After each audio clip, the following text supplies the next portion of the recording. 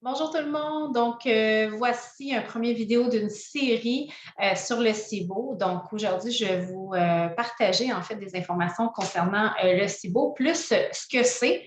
On va, dans une autre vidéo, parler plus des causes, traitements, tout ça. Mais là, vraiment, je vais faire un survol de c'est quoi exactement le SIBO. Dans le fond, vous allez m'entendre parler de SIBO, mais c'est l'abréviation anglophone. Mais c'est plus facile pour moi de l'utiliser, mais c'est vraiment une prolifération en fait bactérienne dans le petit intestin. Tout d'abord, il y a des petites choses que j'aimerais vous dire d'entrée de jeu. Tout d'abord, ça fait des années en fait que je fais de la formation, que je lis, que je m'instruis sur la santé digestive, puis ça m'a amené justement à connaître le SIBO, puis à aller plus profondément dans ce sujet-là. Je pense que mes premières lectures, ça a été cette grosse brique-là, Healthy Gut, Healthy You de Dr. Ruscio, vraiment super intéressant. J'ai fait toute l'information sur la santé du gut, la santé des intestins.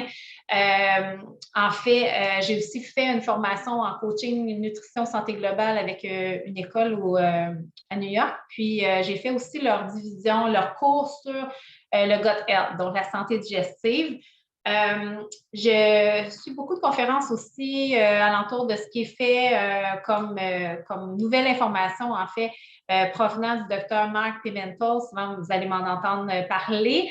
C'est un gastroentérologue aux États-Unis qui s'est vraiment spécialisé, en fait, dans le SIBO, donc il sort des protocoles de traitement, tout ça. Il est vraiment à la fine pointe des nouvelles choses, donc il fait de la recherche, tout ça. Il y a Dr. Alison C. Becker qui travaille étroitement avec lui puis qui vulgarise a fait beaucoup de formations, elle vulgarise le scientifique, dont c'est plus accessible, disons, dont j'ai fait plusieurs de ces formations.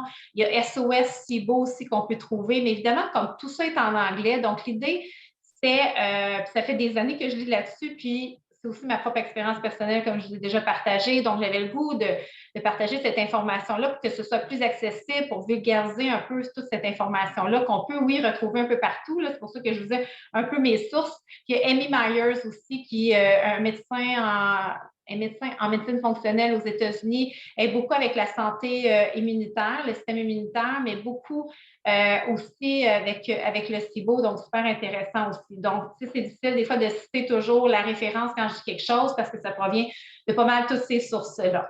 Donc, ça, je vais vous dire ça d'entrée de jeu. Ensuite, je vais aussi vous dire que le but de ces vidéos-là, c'est surtout pas de poser un diagnostic. Comme je l'ai déjà répété, c'est vraiment de pouvoir partager l'information pour que vous soyez vraiment des acteurs actifs là, dans le processus de traitement, dans cette prise en charge-là de votre santé globale. Quand on comprend, c'est plus facile d'être un agent intéressant au niveau de justement ce processus-là avec votre professionnel de la santé. Donc, c'est fini le temps où on s'assoit devant un médecin puis on dit rien, on comprend rien, puis l'idée, c'est de comprendre, de poser des questions, de savoir ce qui se passe, de ne pas challenger, mais d'avoir des questions, puis de s'intéresser, puis de comprendre ce qui arrive. Des fois, c'est plus facile aussi de travailler avec eux parce qu'on sait ce qui se passe dans notre corps, on comprend la situation. Donc, vraiment, là, on fait un partenaire assez idéal là, pour les professionnels de la santé.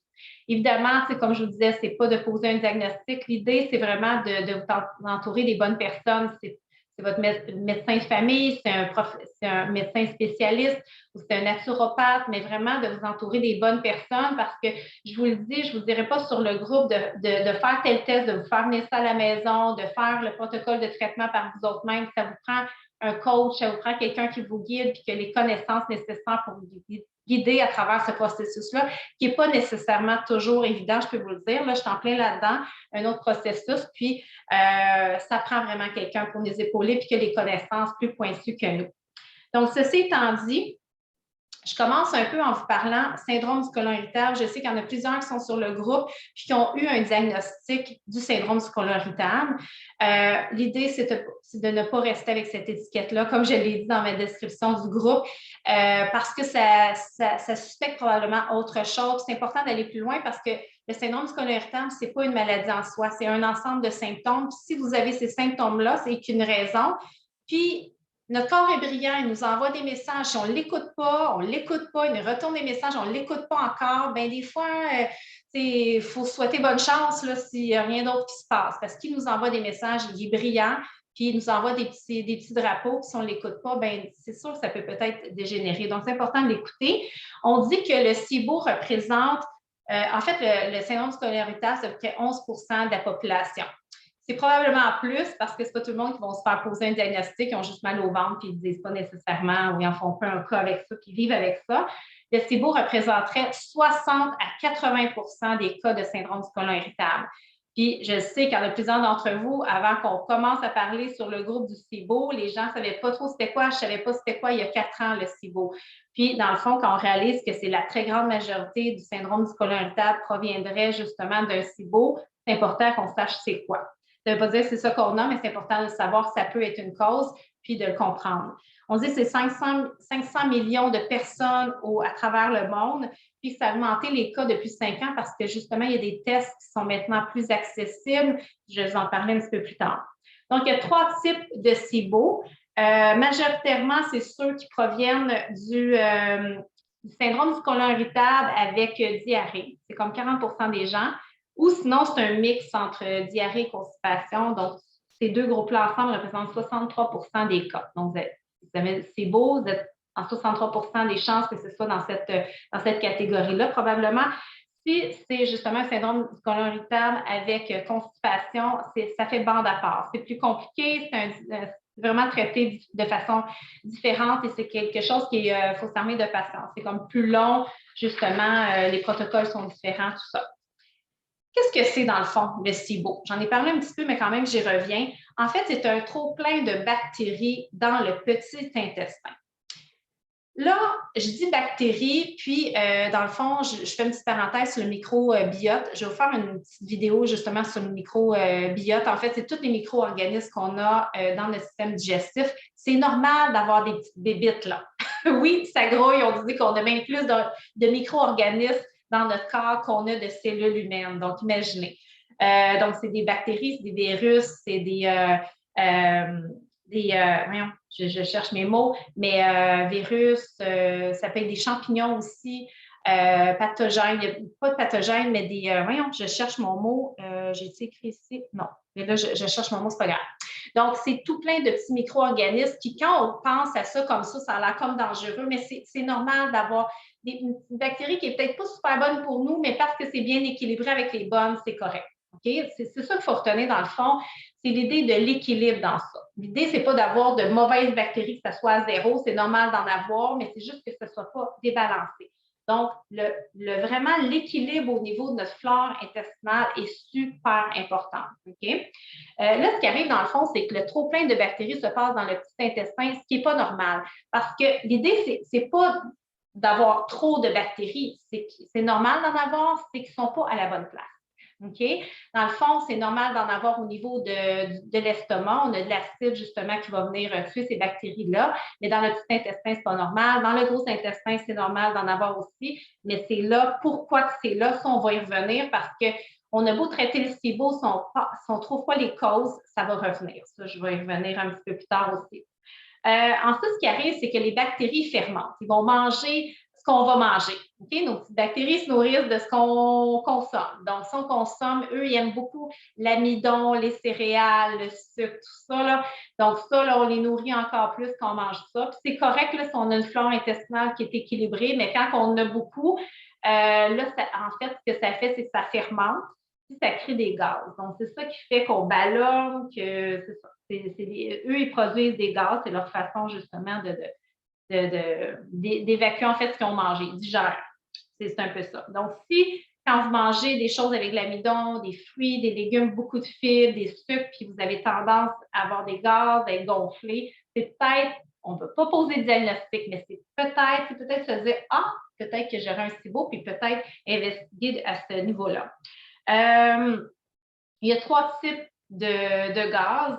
Là, vous allez dire pourquoi qu'elle va loin comme ça, mais je vais vous expliquer plus tard. 3 types de gaz, hydrogène, le méthane et le sulfite d'hydrogène. Les noms sont en anglais, fait que j'essaie de... sulfite d'hydrogène. Donc, comme je vous disais, c'est normal d'avoir ces gaz-là dans le gros intestin, mais pas dans le petit. Donc, c'est encore là qui disent, j'ai fait un test de SIBO, mais justement, un test de sel, c'est pas la bonne chose à faire. C'est vraiment au niveau, je vais vous expliquer, le test, c'est vraiment un test à la laine. Donc, ça paraît curieux pour tester ce qui se passe dans le petit intestin, mais je vais vous expliquer un peu comment ça fonctionne un petit peu plus tard.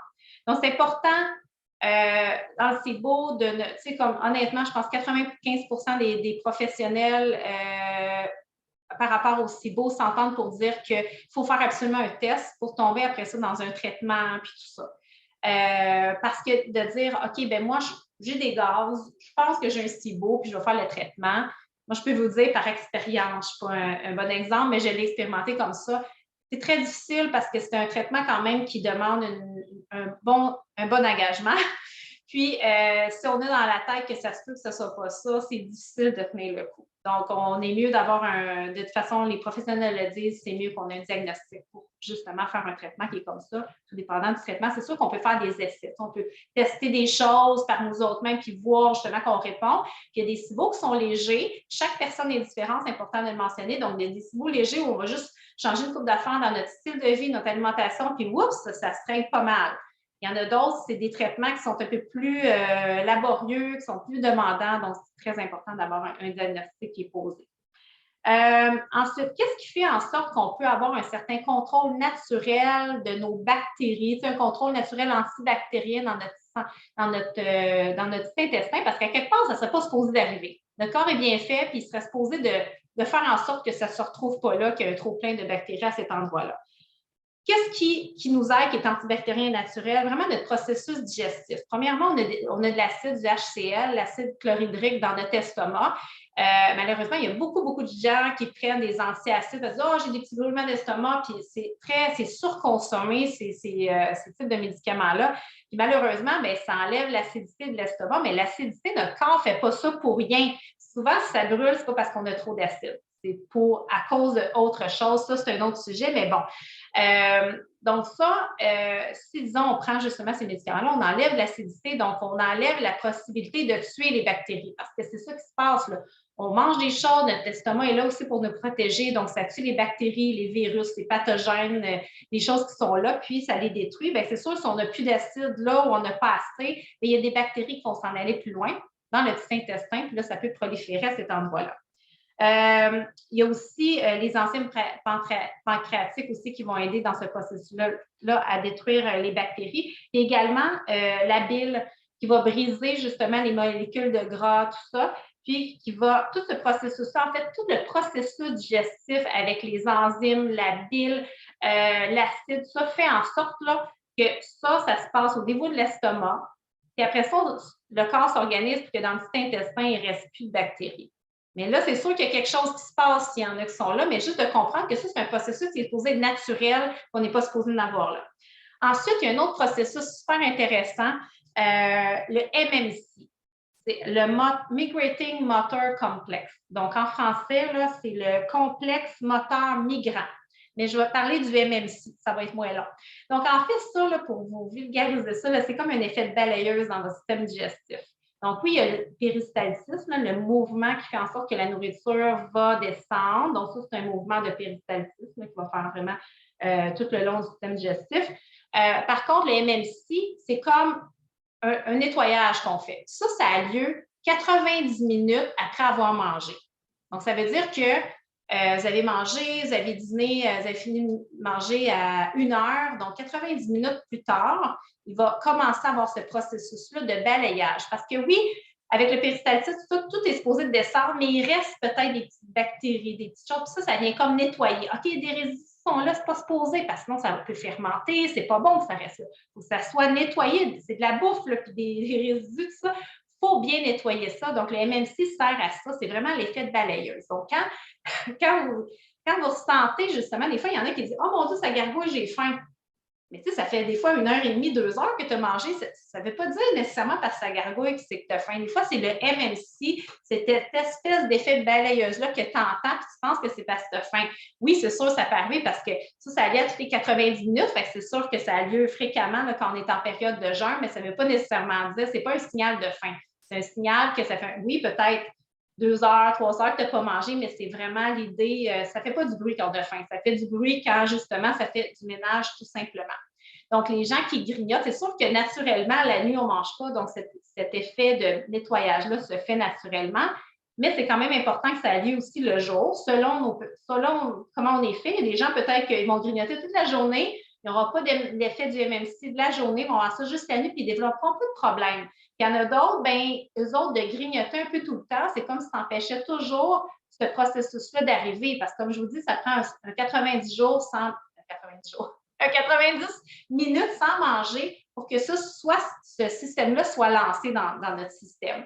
Donc, si on est toujours en train de manger aux heures, puis en train de manger un petit quelque chose, bien, il n'y a jamais de vie. Donc, ça, c'est important de le mentionner, des fois, d'avoir des espaces-temps de 2, 3, 4 heures sans manger pour avoir cet effet naturel-là antibactérien. Donc, c'est bien intéressant.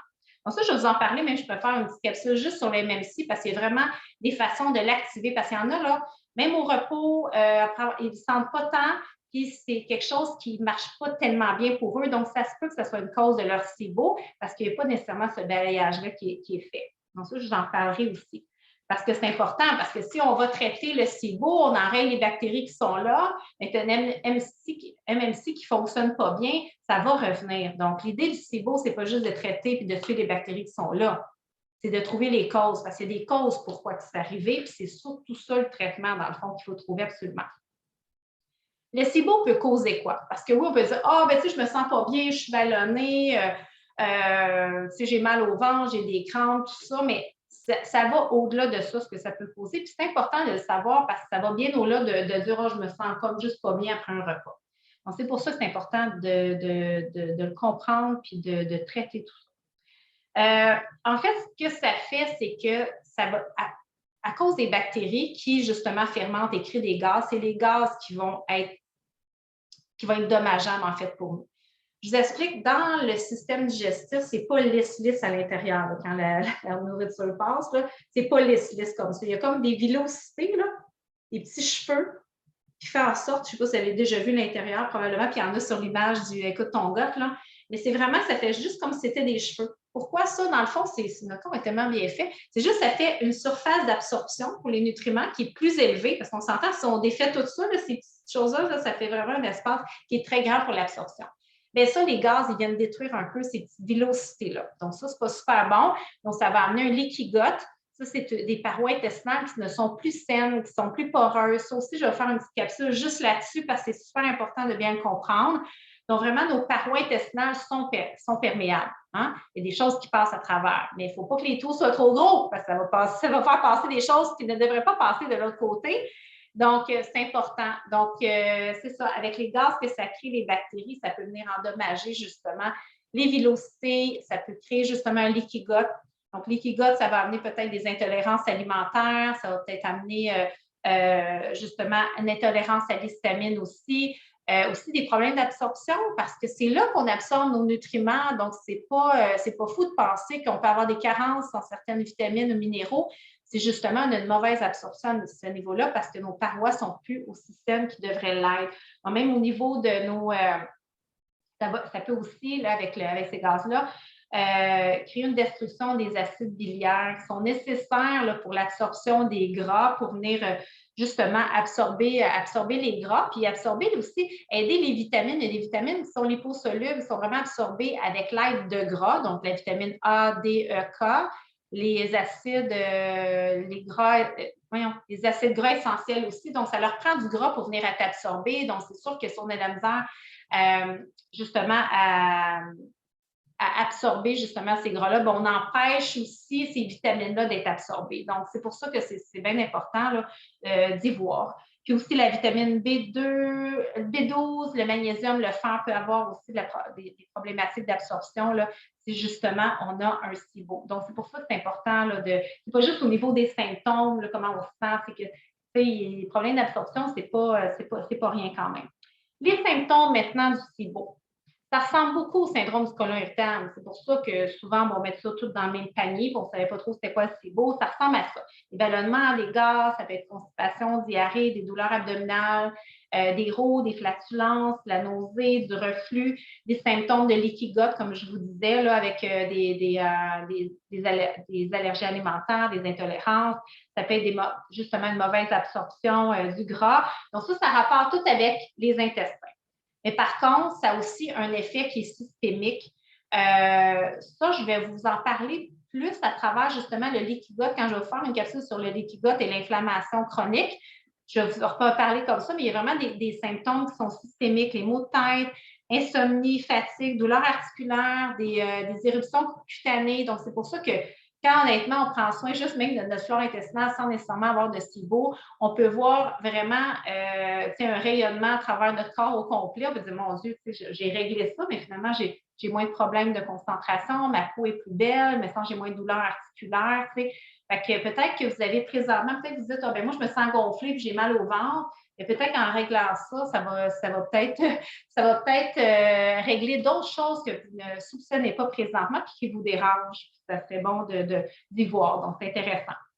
Souvent, le SIBO est associé aussi à d'autres conditions. Donc, je fais la liste de le syndrome du côlon irritable, les maladies inflammatoires de l'intestin, maladie cœliaque, la fibromyalgie, la cystite interstitielle, excusez-moi, le syndrome des jambes fatigues, l'acné rosacée, l'artérosclérose, maladie du cœur, le reflux, diabète, l'hypothyroïdie, la sclérodermie, prostatite chronique, diverticulite, calcul biliaire, les foie gras qui ne sont pas reliés à l'alcool. Donc, voyez-vous, ça peut être, si on ne dit pas que si vous avez une de ces conditions-là, c'est sûr que vous avez un SIBO, on retrouve souvent des cas de SIBO avec ces... Puis on ne dit pas que ça vient tout régler, c'est pas ça, mais souvent, c'est associé.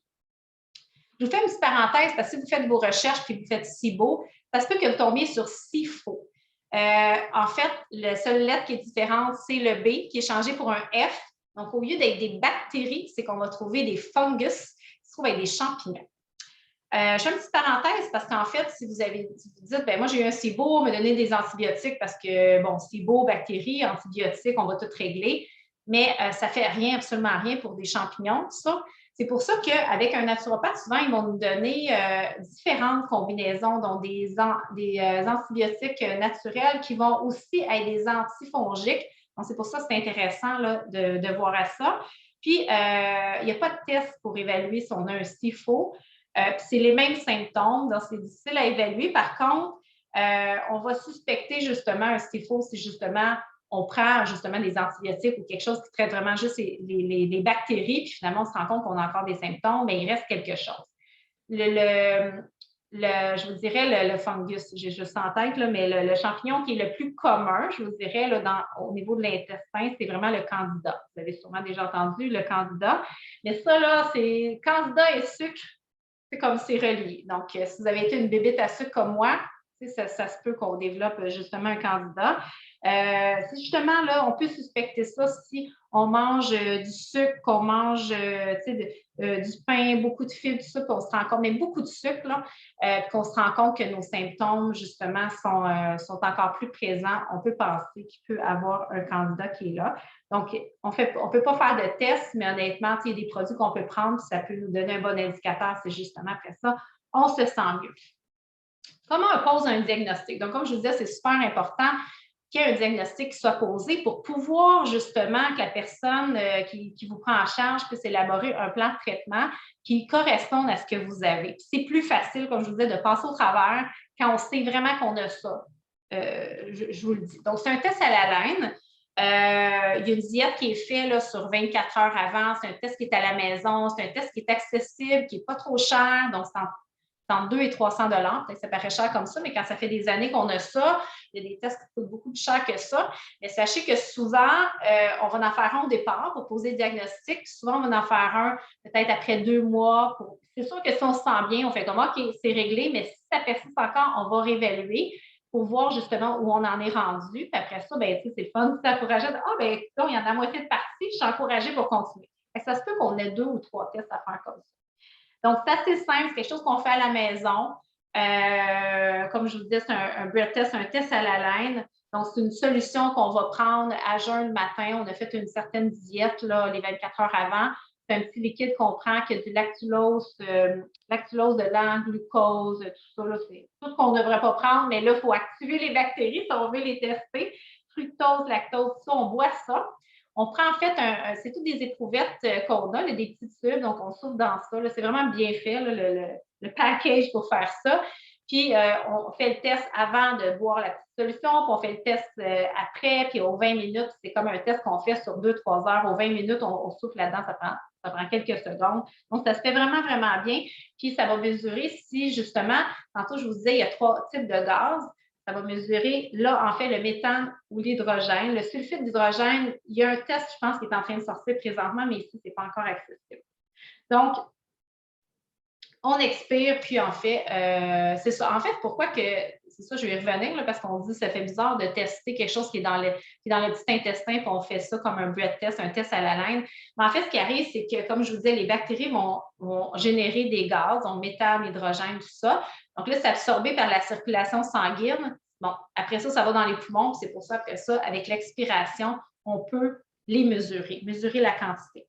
Donc, c'est important d'avoir un professionnel. Je vais terminer avec ça. Je vais avoir d'autres capsules ensuite, là, mais je l'ai divisé ça en différentes parties pour pas que ça prenne 2 heures, là, puis essayer d'écouter en petites parties. Mais l'idée, là, je veux dire, c'est tellement, tellement important d'avoir quelqu'un qui va vous guider à travers tout ça. Je peux vous partager aussi le lien. C'est SIBO Canada, c'est un laboratoire qui font des tests, justement, mais ça vous prend une personne ressource. Ça vous prend un professionnel qui va vraiment vous guider à travers ça, parce que c'est pas tout d'avoir les résultats à la maison. Moi, je les ai reçus, mais ça prend quelqu'un qui les interprète, parce que ça peut être comme insécurisant d'avoir les résultats, mais des fois, c'est la façon aussi de les regarder, de les interpréter, de savoir qu'est-ce qu'on va faire comme traitement avec ça. Donc, nous, on n'est pas les professionnels, donc vraiment, c'est important. Des fois, je trouve que dans l'ère aujourd'hui, on regarde tout sur Internet, on achète des suppléments, on dit, oh, moi, je vais prendre ça, sachant pas trop ce qui va se passer, sachant pas trop si tout ça ensemble, ça fait du sens. Donc, vraiment, là, de trouver un professionnel qui va vous aider. Ça ne veut pas dire que tous les naturopathes sont à l'aise avec le SIBO. Donc, osez poser vos questions, dire est-ce que tu as des patients présentement qui ont le SIBO? Puis, tu sais, comme osez poser vos questions. Est-ce que vous avez un protocole de traitement? De qui vous inspirez? Osez poser ces questions-là. Moi, ma naturopathe que j'ai, là, ben, c'est justement, c'est avec Dr. Pimentel, puis Alison C. Baker, puis elle m'a envoyé des protocoles, des choses que j'avais déjà de mon côté, que j'avais déjà été voir. Donc, je sais que ça fait du sens pour moi. Puis, osez poser vos questions. S'il y en a des patients, il y en a plusieurs. Ça fait combien de temps? Ils font affaire avec quel laboratoire pour leurs tests? Puis tout ça. Osez poser vos questions parce que vous savez, probablement que vous l'avez expérimenté aussi, de butiner d'un professionnel à l'autre qui nous aide plus ou moins. C'est beaucoup de temps, c'est beaucoup d'argent. Puis honnêtement, des fois, on est tanné justement de perdre tout ce temps précieux-là et cet argent-là. Donc, on veut trouver les bonnes personnes. Donc, osez poser les bonnes questions. Je vous souhaite vraiment de trouver la personne qui va vous guider à travers tout ça. Si vous avez des questions, vous faites commenter, vous m'écrivez en privé, ça va me faire plaisir, là. Vraiment plaisir. Donc, voilà, j'espère que ça vous a guidé, ça vous a pisté un peu sur ce que c'est le SIBO, ce que ça peut représenter. Puis, je vous invite à écouter les prochaines capsules. Bye bye.